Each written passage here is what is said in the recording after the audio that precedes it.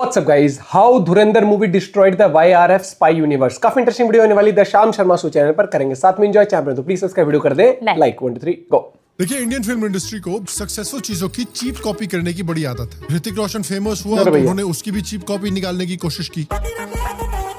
और बॉलीवुड जॉर्डन को जनार्दन करता है, माइकल जैक्सन को माइकल लाल जय किशन करता है और बार्सिलोना को बाहर से लोना करता है।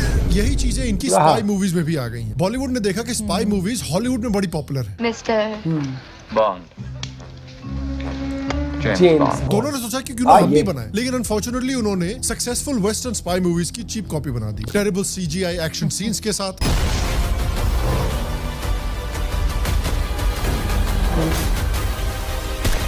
भाई इसमें ट्रेन वाला सीन देखना फर्स्ट, वो तो बहुत ही वाहियात था।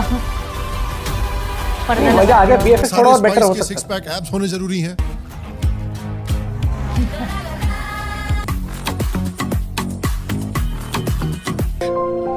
स्पाई नहीं है, मॉडलिंग। ये वाला किसने लगा? अबे वीएफएक्स लगाओ, वीएफएक्स। हीरोइन की टेम्पलेट भी सेम होती है इन सारी स्पाई मूवीज में। हमेशा जो हीरोइन है वो पाकिस्तानी आईएसआई की होती है, चाहे जोया हो या रुबीना हो, लेकिन उनका दिल बड़ा अच्छा होता है। रॉ और आईएसआई में हमेशा प्रेम और डांस होता है।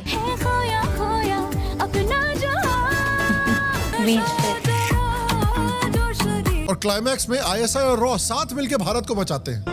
वो फिरा दे अपना भी झंडा।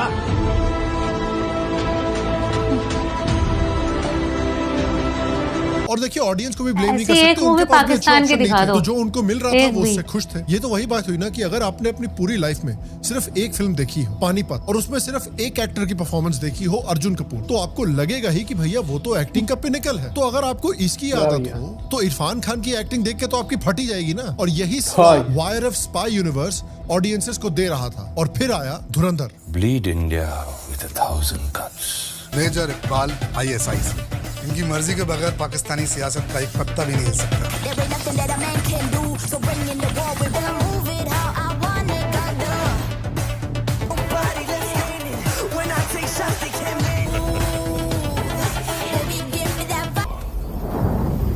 मैं धमाका शुरू करूं। धुरंधर ने शायद हमेशा हमेशा के लिए स्पाई मूवीज को बदल के रख दिया है, ऑडियंसेस के टेस्ट्स को बदल कर रख दिया है, और शायद हमेशा के लिए वायरएफ का जो स्पाई यूनिवर्स स्लॉप है उसकी अट्रैक्शन ऑडियंस में खत्म कर दी है। कैसे, आइए जानते हैं। शाम शर्मा शो। हेलो शाम शर्मा शो के इस एपिसोड में आपका बहुत बहुत स्वागत है। मैं हूं सेक्युलरिज्म का सीईओ शाम शर्मा, और आप सबको एक सेकंड तो आइए बात करते हैं बॉलीवुड की प्रीवियस स्पाई मूवीज के बारे में, खासकर जो ये वायरएफ की स्पाई यूनिवर्स है। देखिए, स्पाई मूवीज डेकेड से बहुत पॉपुलर रही हैं ग्लोबली, खासकर हॉलीवुड में, चाहे बॉन्ड मूवीज हो, मिशन इम्पॉसिबल मूवीज हो, बोर्न मूवीज हो। लेकिन भारत के साथ प्रॉब्लम क्या है कि भारत में स्पाई मूवीज के नाम पर पैरोडी बनती है, एक्सेप्ट नोबडी वाज अवेयर कि वो पैरोडी बना रहे हैं, क्योंकि ऐसी चीजों को आप और क्या बोलोगे। क्या डिसाइड किया? रॉ, आईएसआई साथ में करते हैं ना सर। जब मूवी में आईएसआई और रॉ के एजेंट्स फॉरेन में जाके रोमांटिक रिलेशनशिप में लगे हुए हैं, रॉ का हीरो अपने सिक्स पैक दिखा रहा है, आईएसआई की हीरोइन अपनी बिकिनी में आ रही है। हाँ, ये मूवी सक्सेसफुल हुई है, लेकिन इनकी स्टोरीज हमेशा बकवास होती थी। रॉ आईएसआई का रोमांस देख के दिमाग खराब हो जाता था। आसपास पुलिस तो नहीं है। क्यों? क्योंकि तुम बॉम्ब लग गए। और आईएसआई को इतना अच्छा देख के खून खोल रहा है आपका। अरे रुको जरा, सबर करो, अभी सबर तो करो। और खोलने वाला है। तो बेसिकली इंडिया की जो स्पाई मूवीज हैं वो ऐसी चीजें दिखाने में एक्सपर्ट है जो रियल लाइफ में इम्पॉसिबल होती है, जैसे कि एक थार ड्राइवर का रेड लाइट पे शांति से पेशेंटली वेट करना, या फिर आपकी वो अनोइंग कोवर्कर का अपनी रीसेंट ट्रिप की फोटोज इंस्टाग्राम पे अपलोड करना बिना किसी हॉरिबल क्रिंज डीप कोट के। Not all those who wander are lost, travel is the only thing you buy that makes you richer. Collect moments, not things. और इस तरह के कैप्शन बहुत ही महंगी लग्जरी मील या होटल रूम की फोटो से। शट अप यार लावण्या, nobody likes you. और ये जो फिल्में हैं ये कोई रीसेंट फिनोमिनन भी नहीं है, ये डेकेड से चलता हुआ आ रहा है। आपको मिशन कश्मीर जैसी फिल्में याद होगी जहां हमें ये बताया जा रहा था कि भाई लोग आतंकवादी इसलिए बन जाते हैं क्योंकि इंडियन आर्मी और इंडियन गवर्नमेंट ने उनको बड़ा परेशान किया है। स्टेट ने उसको रेडिकलाइज कर दिया है। स्टेट की बदमाशी की वजह से, इंडियन आर्मी की बदमाशी की वजह से लौंडा भटक गया। Or any other person of equivalent rank of the armed forces may in a disturbed area if he's of the opinion that it's necessary to do so for the maintenance of public order, and after having given due warning as he may consider necessary, fire upon or otherwise use force even to the causing of death, उसने एक शलवार काजल group से IKF को एक professionally run organisation बना दिया है। लेकिन ये तो कमाल है यार, ट्रॉमा की वजह से वो आतंकवादी बन जा रहे हैं। यार ट्रॉमा तो हिंदुओं को भी होता है, वो तो कहीं चांदनी चौक पे या जामा मस्जिद के सामने जाके नहीं फट रहे। इनफैक्ट ट्रॉमा तो केरला के क्रिश्चियंस को भी है, लेकिन वो भी चांदनी चौक के सामने या सोमनाथ मंदिर के सामने जाके ब्लास्ट तो नहीं हो रहे। तुम ही क्यों फट रहे हो? तुम पिछवाड़े में RDX लेके पैदा हुए हो जो थोड़ा सा धक्का लगा दी कि फट गए। ये तो यार एक नंबर की विक्टिम ब्लेमिंग है ना। ये तो वही बात हुई ना कि जब बूमर्स एक लड़की को देखते हैं, उसने फटी हुई जीन्स पहनी हुई है जिसमें से उसका घुटना दिख रहा है, तो वो लड़की का घुटना देख के बोलते हैं कि देखिए इस वजह से सोसाइटी कोलैप्स कर रही है। साला घुटना है कि आईसी से। तो इस तरह का जो स्लॉप बॉलीवुड हमें दे रहा था स्पाई मूवीज के नाम पे, उस समय पर एंट्री होती है आदित्य धर की और धुरंधर की। धुरंधर मूवी में स्पाई का कैरेक्टर कितने शेड्स रखता है वो दिखाया गया है एक्सपर्टली। फ्लर्टिंग स्किल्स से बेटर उसके सर्वाइवल स्किल्स को दिखाया गया है। बहुत घटिया आदत है यार, जहां पार्टी देखी बिन बुलाए चले आता है। मान ना मान मैं तेरा पठान। और हाँ, ये भी मैं कैसे भूल सकता हूँ, आदित्य धर की मूवी में इतने कमाल के डायलॉग्स भी नहीं है। एक स्पाई किसी शहर में जाके तुरंत डांस नहीं करने लगता। असली स्पाई कहीं भी जाके उसके सराउंडिंग्स में बिल्कुल पूरी तरह से घुल जाता है। धुरंधर का स्पाई अपने मिशंस पे महीनों सालों का समय डेडिकेट करता है। स्पाई की अपनी स्ट्रगल्स होती है, फ्रस्ट्रेशंस होते हैं, लो एंड हाई मोमेंट्स होते हैं जो आदित्य धर ने दिखाए हैं, वरना स्पाई यूनिवर्स में तो ये चल रहा था। लेकिन अब टाइगर 3 की कहानी पूरी तरह पाकिस्तान के बारे में है। इनफैक्ट आदित्य धर की मूवी ने तो एक ऐसी चीज भी दिखाई है जो शायद हम कभी किसी स्पाई यूनिवर्स फिल्म में नहीं देखते। जब रणवीर पाकिस्तान में होता है तो उसके सामने पाकिस्तानी 26/11 को अंजाम देते हैं और उसके इमोशंस आप देख सकते हैं, उसकी हेल्पलेसनेस आप देख सकते हैं, उसका गुस्सा आप देख सकते हैं स्क्रीन पर कि उसकी कंट्री पर इतना भयानक अटैक हुआ है और वो इस समय कुछ भी नहीं कर सकता। ऊपर से मूवीज में असली अटैक्स की क्लिप्स और ऑडियो रिकॉर्डिंग्स भी यूज हुई। और एक फिल्म क्रिटिक ने बताया है कि धुरंधर फिल्म का जीनियस इसकी सबवर्सिव वर्ल्ड बिल्डिंग में है। आप एक्सपेक्ट करते हैं कि रणवीर सिंह पाकिस्तान में टेरर नेटवर्क्स में घुसेगा और रातों रात क्लिनिकल प्रिसिजन के साथ इन नेटवर्क्स को डिसमेंटल कर देगा, जैसा हमें स्पाई यूनिवर्स की फिल्मों में दिखाया जाता है। लेकिन धुरंधर में हमें दिखाया गया है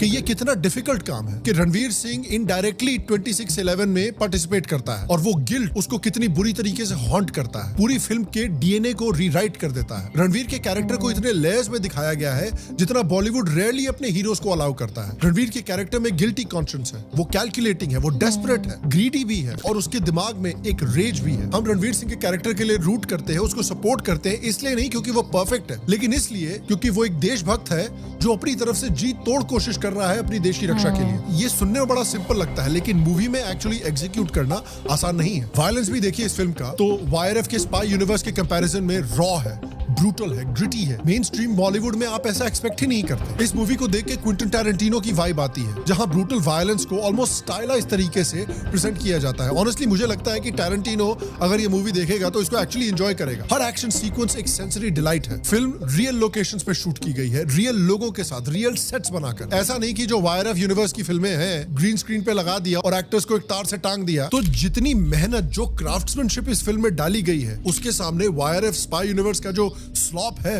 वो टिक ही नहीं पाएगा। और देखिए मैं एक चीज क्लियर करना चाहता हूं, मैं ये नहीं बोल रहा कि हर एक स्पाई मूवी को ब्रूटल और रियलिस्टिक ही होना चाहिए। आप फ्लैशी भी बना सकते हैं, स्लिक भी बना सकते हैं, ओवर द टॉप भी बना सकते हैं, लेकिन धुरंधर में जो इंट्रिकेसी है, जो मेहनत डाली गई है क्राफ्ट में, वो YRF के स्पाई यूनिवर्स मूवीज में मिसिंग होती है। इनके सामने YRF स्पाई यूनिवर्स की मूवीज बेसिकली AI स्लॉप लगती है और यही है असली गेम चेंजर जो हो सकता है कि ऑडियंस के टेस्ट को परमानेंटली चेंज कर दे। जैसे कि एक बंदा जो पूरी जिंदगी ब्रिटिश फूड खाता हुआ आया है वो अचानक से इंडियन फूड टेस्ट कर ले और रियलाइज करे कि एक्चुअली दुनिया में खाना कितना टेस्टी हो सकता है। और ये आदित्य धर की अचीवमेंट का एक बहुत इंपॉर्टेंट एस्पेक्ट है। ये तो एक इंपॉर्टेंट एस्पेक्ट है ही जो धुरंधर ने अचीव किया है इन कंपैरिजन टू YRF का स्पाई यूनिवर्स। एक और चीज जो धुरंधर अचीव करती है इन कंपैरिजन टू YRF की स्पाई यूनिवर्स, इसकी देखिए कि बॉलीवुड और Indian cinema in general Bharat के सॉफ्ट पावर और नैरेटिव बिल्डिंग का सबसे स्ट्रॉन्ग वेपन रहा है, इंडिया के अंदर भी और इंडिया के बाहर भी इंडिया का नैरेटिव बनाने के लिए। प्रॉब्लम ये रही है कि इस वेपन को उतना ही मिसयूज किया गया है जितना कोल्डप्ले के कॉन्सर्ट में एक पोर्टेबल टॉयलेट को मिसयूज किया जाता है। पिछले 20-25 सालों में बॉलीवुड ने स्पाई मूवीज के थ्रू कश्मीर को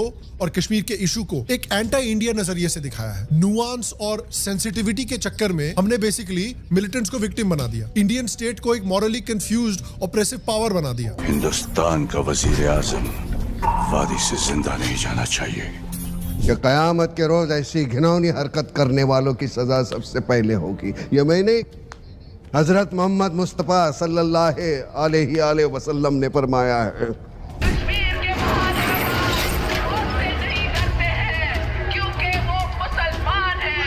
ब्रिगेडियर प्रताप, आप पर आरपीसी धारा 304 और आर्मी एक्ट सेक्शन 69 के तहत कल्पेबल होमिसाइड का आरोप लगाया जाता है। You are to be taken into immediate custody. Bollywood को एक सॉफ्ट प्रोपेगेंडा मशीनरी की तरह यूज किया गया, लेकिन भारत का पॉइंट ऑफ व्यू रखने के लिए नहीं, भारत को ही अटैक करने के लिए। दिमाग की तुम्हें नहीं, जान लो कि जान दो। मैं रहूं कि मैं नहीं। ट्रेनिंग का ठीक इस्तेमाल करके हमारे जिहाद को अपनी मंजिल तक ले जाना है इंशाल्लाह। इनका पूरा परिवार ही इस आतंकवादी साजिश का हिस्सा है। ऑब्जेक्शन माय लॉर्ड, अभी तक कोई भी चार्जेस प्रूव नहीं हुए हैं। दुनिया देखेगी पाकिस्तान की नई हुकूमत ने क्या किया। कफन के साथ साथ तेरी पर शहादत का गाजर भी बांध दिया तेरे आका ने। हाँ भाई, लेकिन फाइनली इस नैरेटिव को होल हार्टेडली चैलेंज किया गया है धुरंधर फिल्म के थ्रू और आदित्य धार के थ्रू इन जनरल। आदित्य धार ने सबसे पहले इसको चैलेंज किया था जब उन्होंने 2019 में उरी फिल्म बनाई थी। ये नया हिंदुस्तान है, ये हिंदुस्तान घर में घुसेगा भी और मारेगा भी। उसके बाद आर्टिकल 370 उसने प्रोड्यूस की थी और बारामूला फिल्म उसने प्रोड्यूस की थी और आज उसने धुरंधर डायरेक्ट की है। ये मूवीज इस पुराने हिस्टोरिकल इम्बैलेंस को करेक्ट कर रही है। हमारे सोल्जर्स को फिर से हीरोज की तरह दिखाया जा रहा है। अगर मैं अपने देश, अपने भाइयों के लिए अब नहीं लड़ा तो मैं अपनी नजरों में फर्जी बन के रह जाऊंगा।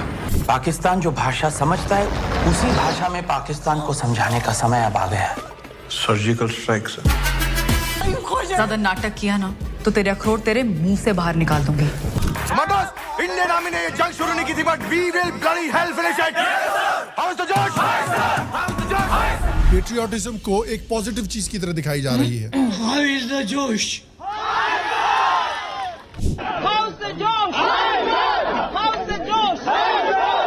How is the Josh? How's the Josh? How's the Josh? जय हिंद! और देखिए, मैं आपको एक इंटरेस्टिंग चीज बताता हूँ कि द रीजन मैं ये मानता हूँ कि धुरंधर एक अच्छी प्रोपेगेंडा फिल्म है, एक क्रिंज प्रोपेगेंडा फिल्म नहीं है, क्योंकि धुरंधर एक एंटी मुस्लिम मूवी नहीं है और आदित्य धर एक एंटी मुस्लिम डायरेक्टर नहीं है। पूरी फिल्म में एक क्लियर शॉट था जहां भारत के मुस्लिम सोल्जर्स पाकिस्तान में सर्जिकल स्ट्राइक के पहले प्रे कर रहे थे। लेकिन ये एंटी मुस्लिम फिल्म नहीं है, लेकिन ये क्लियरली एक एंटी पाकिस्तान फिल्म है। इसने पाकिस्तान को पहली बार बिना हेजिटेशन के एक दुश्मन की तरह दिखाया। ये फिल्म सीधा बॉल जो है कुछ लेफ्टिस्ट क्रिटिक्स, इंटेलेक्चुअल्स और पॉलिटिशियंस के कोर्ट में डालती है, जो मानते हैं कि इंडियन मुस्लिम्स को खुश रखने के लिए पाकिस्तान को भी रिस्पेक्ट देना जरूरी है, पाकिस्तान को भी खुश करना जरूरी है। तो धुरंधर फिल्म इन लोगों को और इंडियन मुस्लिम्स के एक सेक्शन को भी चैलेंज करती है डायरेक्टली कि पाकिस्तान हमारा दुश्मन है और हम इसको दुश्मन की तरह ही दिखाएंगे। पाकिस्तान की आइडियोलॉजी इंडिया के डिस्ट्रक्शन पर बेस्ड है। पाकिस्तान सिर्फ और सिर्फ एंटी इंडिया हेट्रेड और एंटी हिंदू हेट्रेड के नाम पर खड़ा है। हम इस बात को तो एक्सपोज करेंगे। इस सच्चाई को एक्सपोज करने में क्या आपको प्रॉब्लम है? अगर आप भारत से प्यार करते हैं तो इस सच्चाई को दिखाने से आपको कोई प्रॉब्लम नहीं होनी चाहिए। अगर आपको प्रॉब्लम है कि हम ये सच्चाई क्यों दिखा रहे हैं, तो that says a lot about you. Aditya Devullapalli ने फिर कहा कि धुरंधर ये प्रूव करता है कि आइडियोलॉजिकल सिनेमा का मतलब आर्टिस्टिकली इनकॉम्पिटेंट होना नहीं होता। लेफ्टिस्ट फिल्म मेकर्स लेजी हो गए थे। वो सोचते थे कि सोफिस्टिकेशन की मोनोपोली सिर्फ और सिर्फ उनके पास है। अब कुछ openly pro India film makers ने भी ये सोफिस्टिकेटेड सॉफ्ट प्रोपेगेंडा का तरीका सीख लिया। और डायरेक्टर ऐसे स्टोरी राइटर्स आगे सामने आएंगे। और पिछले कुछ सालों में ये गेम चेंज हो चुका है और जिस तरह से पब्लिक धुरंधर पे रिस्पॉन्ड कर रही है, ये इस कल्चरल शिफ्ट का भी प्रूफ है। मूवी बहुत अच्छी थी और रणवीर सिंह इज ऑसम। कैसी लगी फिल्म? बहुत अच्छी। मैं चाहता हूँ कि ये मूवी और लोग देखें। मैं एक और बार देखना चाहता हूँ just to support it commercially, you know, because we have to support such movies commercially. Reality based है तो एजेंट को वहाँ ताली बजाने तो भेजेंगे नहीं, तो वॉयलेंस ही होगा। और देखिए, इसीलिए मैं हमेशा इस चैनल पे सिनेमा की इतनी बात करता हूँ, बॉलीवुड की इतनी बात करता हूँ, इंडियन मूवीज की इतनी बात करता हूँ, क्योंकि सिनेमा जो है सिर्फ एक एंटरटेनमेंट का सोर्स नहीं है, बल्कि ये आपकी पूरी की पूरी सोसाइटी को इंस्पायर भी कर सकता है या कंफ्यूज भी कर सकता है। विमल में गुलिस्तां के ये कुछ लजीज फरिश्ते जब साथ गुले तो जी लग जाए। लंदन की सड़कों पर पान की पीक के दागों वाला एक वीडियो सोशल मीडिया पर तेजी से वायरल हो रहा है। इनफैक्ट वीर सावरकर ने इंडियन सिनेमा के बारे में एक बड़ी इंटरेस्टिंग चीज बोली थी, वो मैं आपके साथ शेयर करना चाहता हूँ। उनका विजन क्लियर था। उनका मानना था कि सिनेमा सिर्फ एंटरटेनमेंट का मीडियम ही नहीं है, बल्कि नेशन बिल्डिंग का भी एक पावरफुल टूल बन सकता है। उनके हिसाब से शिवाजी महाराज, महाराणा प्रताप या रंजीत सिंह जैसे महान नायक की कहानियां सिर्फ किताबों तक सीमित नहीं रहनी चाहिए।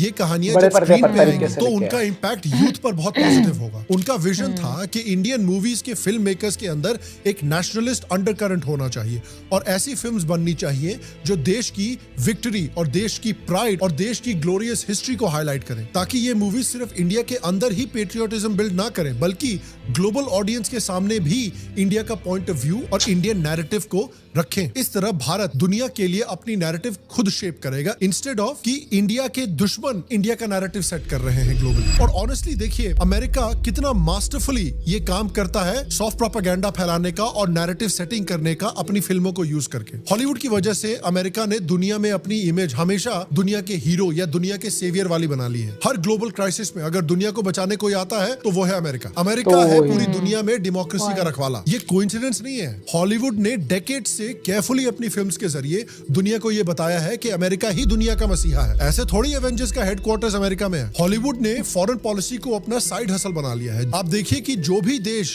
अमेरिका के प्लान्स के खिलाफ जाता है वो ऑटोमेटिकली विलन बन जाता है। 1980s में एक्शन थ्रिलर्स जो होती थी उसमें हमेशा रशिया को एज अ विलन दिखाया जाता था, चाहे रेड डॉन हो, टॉप गन हो, रॉकी 4 हो। अगर आप पोस्ट 9/11 के एरा को भी देखेंगे तो अमेरिका ने जब अग्रेसिवली इन्वेड किया था अफगानिस्तान और इराक को, उसको व्हाइट वॉश करने के लिए हॉलीवुड मूवीज दिखाती थी कि ये इन्वेजन एक्चुअली कितनी अच्छी चीज है, ये इन्वेजन बहुत जरूरी है क्योंकि इराक और अफगानिस्तान में डेमोक्रेसी लाना कितनी जरूरी बात है। जीरो डार्क 30 हो या ब्लैक हॉक डाउन हो या आर्गो हो, इन फिल्म्स ने यही मैसेज दिया था कि भाई हम अच्छे लोग हैं और बाकी सारे गलत हैं। हम दुनिया में डेमोक्रेसी वो था कि भाई हम एक इमेज क्रिएट करें अमेरिका की कि अमेरिका अच्छे लोग हैं और इसीलिए अगर आप अमेरिका के खिलाफ हैं तो आप ऑब्वियसली खराब हैं। हॉलीवुड ने एक बहुत ही रोल प्ले किया है अमेरिकन इंपीरियलिज्म के नेगेटिव इफेक्ट्स को हाइड करने के लिए। इनफैक्ट रिपोर्ट्स आती थी कि जब भी कोई फिल्म यूएस मिलिट्री को हीरोइक दिखाती थी तो पेंटागन और अमेरिका की डिफेंस डिपार्टमेंट उनको फ्री में टैंक्स, जेट्स और वॉरशिप्स यूज करने देते थे अपनी फिल्म में। टॉप गन के बाद यूएस नेवी रिक्रूटमेंट में 500% का जंप आया था। ब्लैक हॉक डाउन और लोन सर्वाइवर जैसी फिल्म्स ने अमेरिकन सोल्जर्स को हीरोज की तरह दिखाया था, अमेरिकन इंपीरियलिज्म का एक बुरा सिम्टम की तरह नहीं दिखाया था। CIA जैसी शेडी एजेंसी को भी हॉलीवुड ने स्लिक और स्टाइलिश बना दिया था। आर्गो ने दिखाया कि CIA ने कैसे ईरान को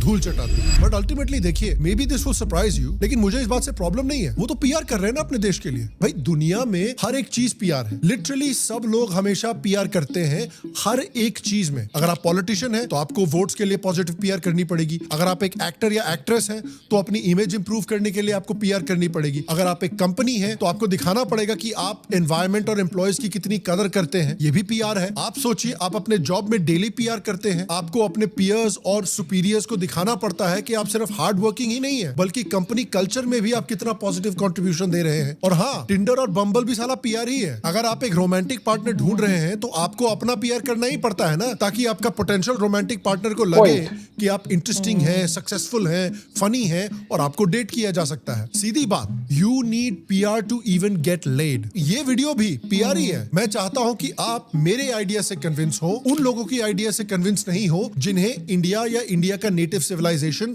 पसंद नहीं है। तो हम सिर्फ अमेरिका या left wing Indian film makers पर गुस्सा नहीं हो सकते हैं कि वो अपनी कॉज के लिए PR क्यों कर रहे हैं। भाई एक फेमस सेइंग है ना, don't hate the player, hate the game. अब समय आ गया है कि राइट को लेफ्ट से बेहतर PR करनी पड़ेगी, इंडिया को अमेरिका से बेहतर PR करनी पड़ेगी। हाँ, इंडियन राइट पार्टी में बहुत लेट आया है, लेकिन कम से कम अब लग रहा है कि जो प्रो इंडिया फिल्म मेकर्स हैं वो इस PR के गेम को, सॉफ्ट प्रोपेगेंडा के गेम को समझ रहे हैं। और आयरनी की बात यह है कि अमेरिकन मूवीज जो बेसिकली अमेरिकन इंपीरियलिज्म को व्हाइट वॉश करती है, उन्हें कई लेफ्टिस्ट इंडियन क्रिटिक्स बहुत पसंद करते हैं। जब अमेरिकन सिनेमा जिंगोइज्म दिखाता है, अमेरिकन रशिया एंगल दिखाता है, तब इन क्रिटिक्स को बड़ा अच्छा लगता है। लोग टॉप गन मैवरिक देख के आते हैं और बोलते हैं कि वाह कितनी अच्छी मूवी थी। लेकिन सडनली जब बॉलीवुड एक्चुअल क्राफ्ट के साथ नेशनलिस्ट सिनेमा बनाता है तो हमको बड़ी प्रॉब्लम हो जाती है। लोगों को देखिए, आपने गेम ऑफ थ्रोन्स की एक फेमस लाइन सुनी होगी, Power is power.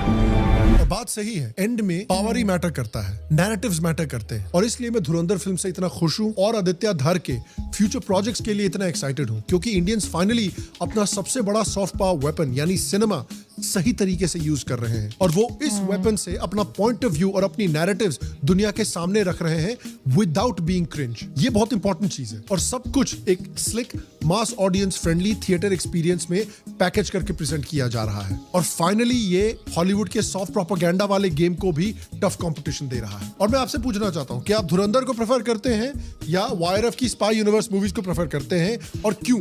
नीचे कमेंट सेक्शन में मुझे जरूर बताएं। बाकी आपसे अगले वीडियो में मुलाकात होगी, तब तक के लिए स्वस्थ रहें, सुखी रहें, फिर मिलेंगे। और आप सब बाय भाई। देखो सीधी सी बात है, मूवी का इम्पैक्ट देखो, मूवीज एंटरटेनमेंट के लिए आती हैं ऑब्वियसली, लेकिन कुछ मूवीज ऐसी आती हैं जो आपको ना एक सच्चाई से रूबरू कराती है। आप ये नहीं कहोगे कि 100% उसी तरीके से एक्शंस करे जाते हैं। एक जो एजेंट होता है या फिर आपका जो स्पाई होता है, बहुत चीज़ होती है, लाइफ बहुत डिफिकल्ट होती है नो डाउट।